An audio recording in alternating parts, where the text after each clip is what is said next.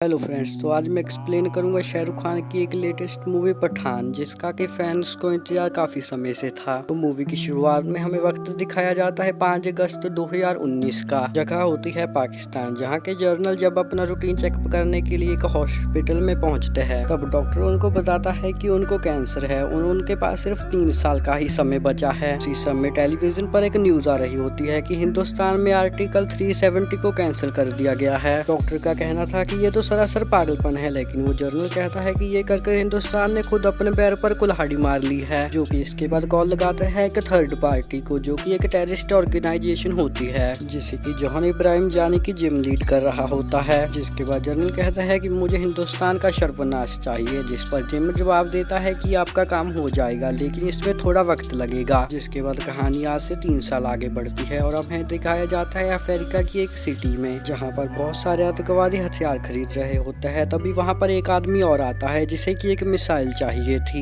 एक ऐसी मिसाइल जो कि कभी किसी देश पर गिर जाए तो उस देश का नक्शे में से नामो निशान मिट जाए। लेकिन तभी डीलर के पास एक आदमी आता है और वो बताता है कि उन्हें ढूंढता हुआ एक आदमी वहाँ पर आ पहुँचा है, लेकिन चिंता करने की कोई बात नहीं है, हमारे आदमी उसे VIP ट्रीटमेंट दे रहे हैं। जिसके बाद हमें दिखाया जाता है VIP ट्रीटमेंट, जहाँ पर एक आदमी को एक कुर्सी पर बिठाकर उसकी अच्छे से धुलाई और पिटाई की जा रही होती है। और इसी के साथ यहाँ पर एक ढांसू एंट्री होती है शाहरुख खान की, यानी कि पठान। तभी डीलर के पास आया आदमी भी पठान से पूछने लगता है कि तुम जिंदा कैसे बच गए, 2 साल पहले तो जिम ने तुम्हें मरवा दिया था। लेकिन इन्हीं सभी बातों के बीच में पठान ने अपने हाथों को खोल दिया होता है और वो वहाँ पर सभी गुंडों को मारने के बाद उस आदमी से एक ही बात पूछता है, रुबई कहाँ पर है। और ये वाला फाइटिंग सीन तो देखना बनता है, चारों तरफ गोलियां चल रही होती है और इन सब के बीच में पठान हेलीकॉप्टर में बैठकर उस आदमी को अपने साथ लेकर वहाँ से उड़ जाता है। जहाँ पर सीन शिफ्ट होता है न्यू दिल्ली में, जहाँ पर हमें यहाँ के ऑपरेशन लीड को दिखाया जाता है, जिनका नाम तो डिम्पल कपाड़िया है, लेकिन इनको मैम के अलावा पूरी फिल्म में और कुछ नहीं कहा गया है। इनके सैटेलाइट डिटेक्टर से इन्हें पता चलता है कि इन्हें रुबई मिल गई है फ्रांस के एक रेलवे स्टेशन पर। जिसके बाद मैम एक साथ एयरलाइन में बैठकर पठान को ढूंढने के लिए वहाँ से निकल पड़ती है। जिसके बाद मैम के साथ आया एक एजेंट उनसे पूछता है कि पठान कौन है। जब भी कोई पठान के बारे में बात करता है तो वो अपने टॉपिक को चेंज क्यों कर देते हैं, आखिरकार पठान कौन है और क्या वो हमारी तरफ है। यहाँ से हमें एक बैक स्टोरी दिखाई जाती है, जिसमें कि पठान ने म्यांमार के एक सीक्रेट ऑपरेशन में अकेले ही एक पूरी फैमिली को बचाया था, लेकिन इस ऑपरेशन में वो खुद पूरी तरह से घायल हो गया था। जिसके बाद उसे दिल्ली की एक सीक्रेट हॉस्पिटैलिटी में रखा गया होता है। और जब डिम्पल वहाँ पर उससे मिलने के लिए जाती है तो उसे पता चलता है कि पठान ने तो अपनी पूरी बॉडी को फिर से रिकवर कर लिया है और अपने नेक्स्ट मिशन पर भी काम शुरू कर दिया है, जिसका नाम होता है जोकर, यानी कि जॉइंट ऑपरेशन और कोविड रिसर्च। जिस पर पठान का कहना होता है कि हमारे देश पर नए नए खतरे आते रहते हैं और हमारे ऐसे बहुत सारे जवान हैं जो कि देश के लिए और भी बहुत कुछ करना चाहते हैं, लेकिन वो वक्त से पहले ही रिटायर हो जाते हैं। और पठान ऐसे ही रिटायर हो चुके जवानों को एक साथ लाकर एक टीम बनाना चाहता था, जिस पर मैम उन्हें कहती है कि इसके लिए बहुत सारी परमिशंस और फॉर्मेलिटीज करनी पड़ती है, लेकिन पठान के मनाने पर वो मान जाती है। जिसके बाद हमें सीक्रेट जोकर टीम को दिखाया जाता है और इसी के साथ एंट्री होती है वॉर मूवी से सुनील लूथरा की, जिनका इस जोकर टीम के बारे में ये कहना होता है कि ये वेस्ट ऑफ टाइम है, ये सभी लोग अंडों से निकले हुए सिर्फ एक छिलके हैं। लेकिन पठान और उसकी टीम उनको विश्वास दिलाते हैं कि वो जो काम कर रहे हैं उससे सिर्फ और सिर्फ देश की भलाई ही होगी। इसके बाद पठान बताता है कि हमें अपने सूत्रों से पता चला है कि दुबई में अपने प्रेसिडेंट की एक स्पीच होने वाली है, जहाँ पर कि हमारे देश के कुछ साइंटिस्ट भी आने वाले हैं जिनकी की जान को खतरा है। और मैं चाहता हूँ कि आप पुलिस को और ज्यादा एक्टिव कर दीजिए और बाकी आने वाले खतरों को मैं और मेरी टीम देख लेंगे। इसके बाद हमें दुबई का सीन दिखाया जाता है, जिसमें कि हाई सिक्योरिटी में प्रेसिडेंट जा रहे होते हैं, लेकिन तभी पठान को क्लिक होता है कि उन टेररिस्ट का एम प्रेसिडेंट नहीं है, उनका एम वो 2 साइंटिस्ट है। लेकिन जब तक ये बात सभी लोगों तक पहुंचती तब तक बहुत देर हो चुकी थी। वहां दूसरी तरफ जिम अपनी बाजूका के साथ अपनी लोकेशन पर पहुंच चुका होता है और अपने एक ही वार के साथ साइंटिस्ट की कार के चिथड़े उड़ा देता है और अपने हेलीकॉप्टर को वहां पर बुलाकर दोनों साइंटिस्ट को उसमें बिठाने की कोशिश करता है। लेकिन इसके बीच में पठान भी वहां पर पहुंच जाता है और इन दोनों के बीच में 1-on-1 फाइट शुरू हो जाती है। और इसी के बीच में हमें जिम की भी एक बैक स्टोरी दिखाई जाती है, जिसमें कि जिम भी एक रॉ एजेंट रह चुका होता है, लेकिन पूरी दुनिया की नजरों में वो वीर गति को प्राप्त हो चुका होता है, जिसके लिए उससे एक मेडल भी दिया जाता है। और इसी तरह के एक मिशन के बीच में उसके बीवी और बच्चे की भी मौत हो जाती है। जिसके बाद जिम ने अपने देश के लिए नहीं बल्कि पैसे के लिए काम करना शुरू कर दिया। दिया। लेकिन इसी सब के बीच में जिम उन दोनों साइंटिस्ट को लेकर वहाँ से निकल जाता है। लेकिन वही दूसरी तरफ पठान भी हार नहीं मानना चाहता था, इसलिए वो अपनी टीम से बात करने के बाद स्पेन के लिए निकल पड़ता है। और यहीं पर पठान को अपनी टीम से रूबीना नाम की एक लड़की के बारे में पता चला था, जो कि स्पेन में उनके लिए काम कर रही थी। और जब पठान उस पर नजर रखने के लिए जाता है तो पीछे से जिम और उसकी टीम उसे पकड़ लेते हैं, जिसके बाद जिम अपने साथियों से पठान को मारने के लिए कहकर वहाँ से हेलीकॉप्टर में बैठकर निकल जाता है। लेकिन यहाँ पर रूबीना पठान के साथ मिल जाती है और उसे वहाँ से बचाकर ले जाती है, जिसके बाद वो पठान को बताती है कि जैसे तुम जिम का खात्मा करने के लिए यहाँ पर आए हो, उसी तरह से मैं भी ISI की एक एजेंट हूँ और मैं भी पिछले 1 साल से जिम के साथ एक अंडरकवर एजेंट बनकर काम कर रही हूँ। अब इन दोनों का टीम अप तो हो जाता है, जिसके बाद ये दोनों जिम को पकड़ने के लिए प्लान बनाने लगते हैं। जिसके बाद इन्हें पता चलता है कि जिम अपनी अगली डिलीवरी 1 हफ्ते बाद लेने वाला है, जिसका नाम है रक्त बीज। ये एक ऐसा केमिकल होता है जो कि अगर एक बार हवा में फैल जाए तो पूरी की पूरी मानव जाति को खत्म कर सकता है। जिसके बाद ये दोनों पहुंचते हैं रशिया। लेकिन यहाँ पर इनकी सबसे बड़ी परेशानी थी एक हाई सिक्योरिटी बोर्ड, जो कि इतना ज्यादा मजबूत था कि इसमें ना ही ड्रिल की जा सकती थी और ना ही इसे बॉम्ब से उड़ाया जा सकता था। इसको खोलने का सिर्फ एक ही तरीका था, इसका ताला और चाबी, जो कि 2 अलग अलग इंसानों के पास होती है।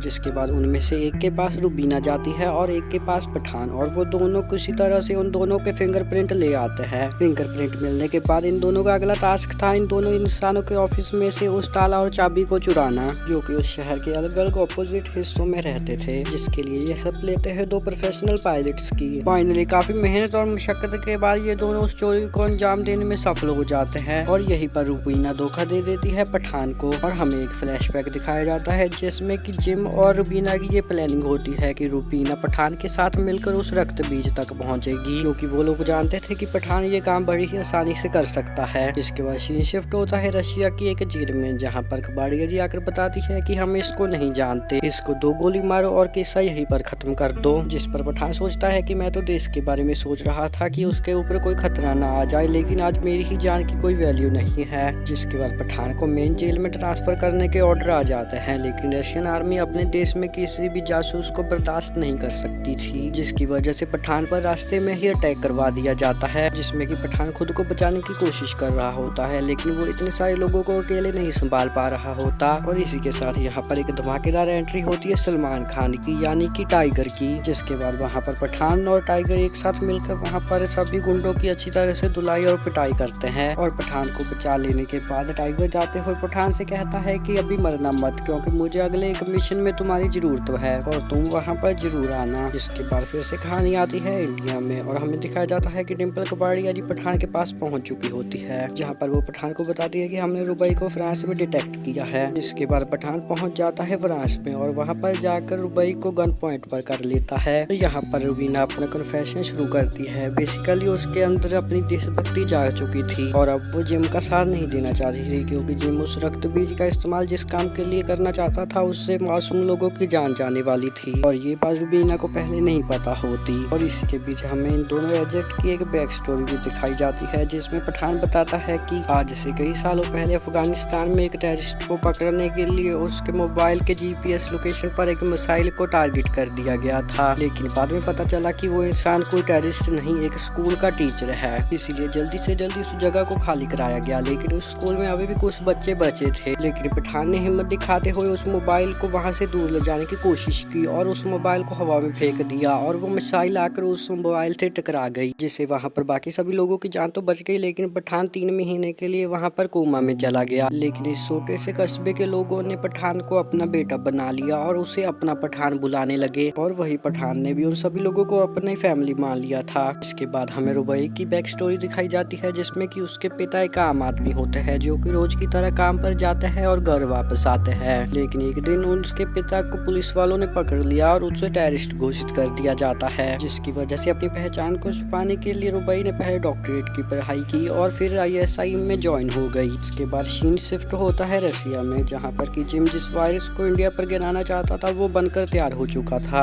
लेकिन साइंटिस्ट फिर भी उससे पूछते हैं कि क्या तुम ये सच में करना चाहते हो, क्योंकि अगर ये वायरस एक बार फैल गया तो बहुत सारी मासूम लोगों की जान चली जाएगी। जिम का हिंदुस्तान की तरफ पुराना गुस्सा था, जिसकी वजह से वो चाहता था कि हिंदुस्तान के एजेंट दिखे कि परिवार को खोना क्या होता है। लेकिन इसके बीच यहाँ पर एक आइकॉनिक लेवल की एंट्री के साथ शाहरुख खान यानी कि पठान की एंट्री होती है और यहाँ पर एक धमाकेदार फाइट होती है। बर्फ पर चेसिंग सीन भी होता है जिसमें कि जिम के पास 2 ऑर्ब्स होते हैं जिसमें कि वो वायरस रखा हुआ होता है, जिसमें कि एक तो जिम अपने साथ ले जाता है लेकिन एक पठान को मिल जाता है जो पठान के पास गोला होता है। जब साइंटिस्ट उसकी जांच करते हैं तो उन्हें पता चलता है कि उसके अंदर तो सिर्फ पानी भरा होता है, लेकिन तभी वहाँ पर जिम का वीडियो कॉल आता है और वो सबको बताता है कि इस ऑर्ब को टोटल 3 लेयर में बनाया गया था। नंबर 1 लेयर को क्रैक करते ही उसके नैनो पार्टिकल्स में वो वायरस था जो कि उस एनवायरनमेंट में घुल चुका होगा। और 2 पर एक ओपन एयर वैक्यूम था जो कि उसे दूर तक स्प्रेड करने में मदद करता है और नंबर 3 पर सिर्फ और सिर्फ पानी था। इन सभी साइंटिस्ट के बीच में डिम्पल जानी की मैम भी शामिल थी। इन सभी के शूट और बॉडी पर अब वायरस का असर शुरू हो चुका था। रक्त बीज से इस निकलने वायरस का नाम था स्मॉल पॉक्स। हालांकि कई सालों पहले फैले इस वायरस ने करोड़ों लोगों की जानें ले ली थी, लेकिन अब हर एक देश के पास इसकी वैक्सीन थी। लेकिन जिम भी इतना ज्यादा बेवकूफ नहीं था। पिछले 2 सालों से उसने जिस साइंटिस्ट को इसके काम पर लगा रखा था उनका काम था इस वायरस को म्यूटेंट करना।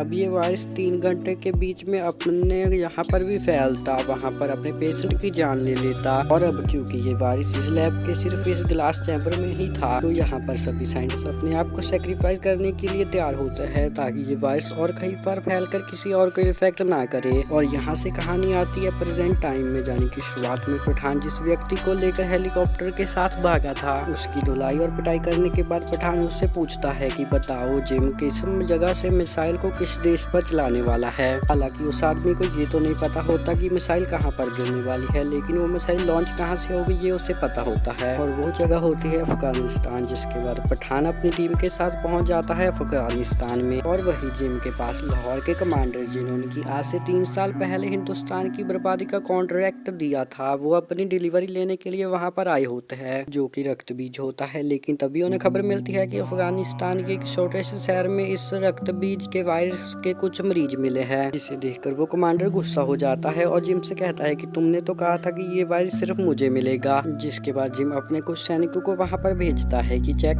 कर आओ कि वहाँ पर क्या प्रॉब्लम है और वहाँ पर ये वायरस कैसे हो सकता है। लेकिन जैसे ही वो सैनिक वहाँ पर पहुँचते हैं तो उन्हें पता चलता है कि ये पठान की एक चाल थी और ये वही शहर होता है जिसे कि कुछ सालों पहले पठान ने मदद की थी और ये सभी लोग पठान की फैमिली बन चुके थे, जिसका फायदा उठाकर पठान ने अब जिम को पकड़ लिया था। लेकिन तभी वहाँ पर फिर से फाइट शुरू हो जाती है जिसमें पठान को ये पता चल जाता है कि उस मिसाइल में वो वायरस है ही नहीं। जिम ने पहले ही वो वायरस दिल्ली में जाने वाली एक फ्लाइट में रख दिया होता है और उस वायरस को रोकने का जो रिमोट होता है वो जिम के पास होता है। अब एक तरफ तो पठान की टीम उस मिसाइल को रोकने की कोशिश कर रही होती है, वही दूसरी तरफ पठान और जिम की फाइट हो रही होती है। अब वही दूसरी तरफ फ्लाइट को दिल्ली में लैंड होने के लिए सिर्फ 2 मिनट बचे होते हैं। करण लूथरा पूरी दिल्ली को इस वायरस से इन्फेक्टेड नहीं होने देना चाहते थे, इसलिए वो उस फ्लाइट को रास्ते में ही डिस्ट्रॉय करने के लिए एक मिसाइल लॉन्च कर देते हैं। अब वहीं एक तरफ जिम और पठान के बीच में फाइट हो रही होती है और वही दूसरी तरफ वो मिसाइल फ्लाइट की तरफ बढ़ी जा रही होती है। लेकिन फाइट के बीच में किसी तरह से पठान उस रिमोट को अपने पास ले लेता है और उस वायरस के फैलने के 14 सेकंड पहले ही उस वायरस को रोक देता है। दूसरी तरफ करण लूथरा भी तभी मिसाइल को रास्ते में ही डिस्ट्रॉय कर देते हैं जो कि उस फ्लाइट से कुछ ही दूरी पर होती है, जिससे कि एक बहुत बड़ा हादसा होने से बच जाता है। लेकिन वही दूसरी तरफ जिम भी पठान को मारने की कोशिश करता है लेकिन वो खुद ही पहाड़ी से नीचे गिर जाता है।